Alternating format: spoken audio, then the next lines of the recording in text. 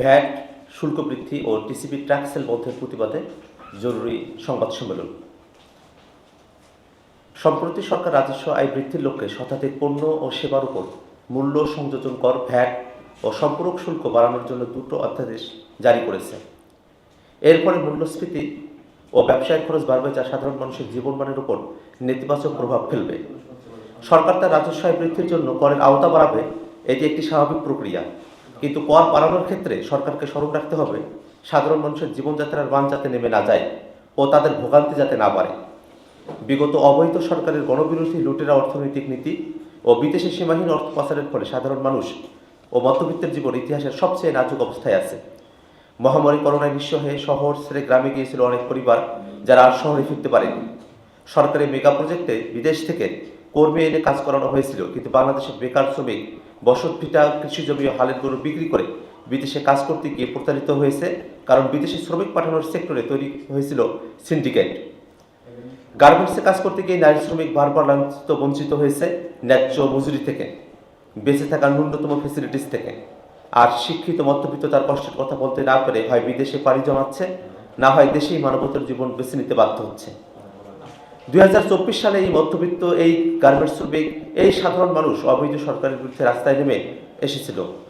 তাদের প্রত্যাশা ছিল ফ্যাসিস্ট সরকারের পতনের পরে ন্যূনতম জীবনযাপনের উপকরণগুলো তাদের জন্য সহজলভ্য হবে, ভেঙে যাবে লুটেরার সিন্ডিকেট, বৃদ্ধি পাবে তাদের ক্রয় ক্ষমতা, ফিরে পাবে তাদের আত্মমর্যাদা।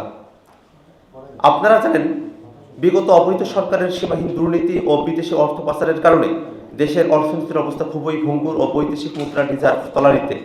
এই অবস্থায় বিগত অবৈধ সরকার আন্তর্জাতিক অর্থ তহবিলের IMF এর কাছ থেকে $4.7 বিলিয়ন ঋণ সহায়তা গ্রহণ করার সিদ্ধান্ত নিয়েছিল। আপনারা জানেন, যে কোনো দেশের জন্য IMF এর লোন হলো লোন প্রাপ্তির সর্বশেষ আশ্রয়। এই কঠিন ঋণের শর্ত হিসেবে কয়েকটি ধাপে ভ্যাট বাড়ানোর সিদ্ধান্তের অংশ হিসেবে অন্তর্বর্তীকালীন সরকার সম্প্রতি এই অধ্যাদেশগুলো জারি করেছে।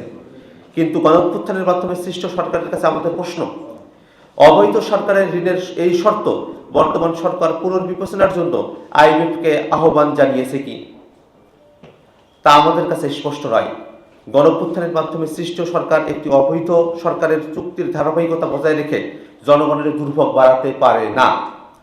পাশাপাশি আপনারা অবগত আছেন, বাণিজ্য মন্ত্রণালয়ের অধীনে যে প্রতিষ্ঠান TCB, trading corporation of Bangladesh, তারা গরিব জনগণ যাতে ভর্তুকি মূল্যে নিত্য প্রয়োজনীয় উপকরণ কিনতে পারে তার জন্য ট্রাকে করে বিক্রয় করে।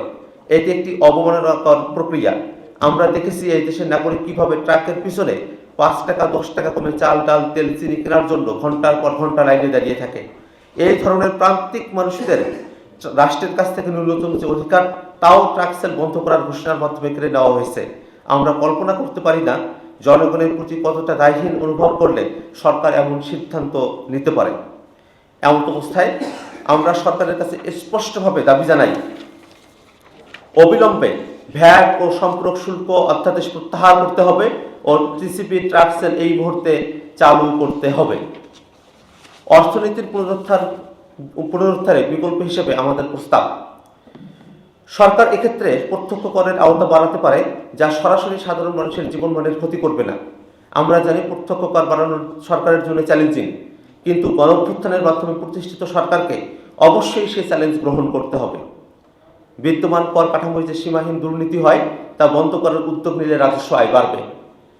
বিগত সরকার 15 বছরে বিদেশে $234 বিলিয়ন মার্কিন ডলার পাচার করেছে বলে দেবপ্রিয় ভট্টাচার্যের নেতৃত্বে শ্বেতপত্রে উঠে এসেছে।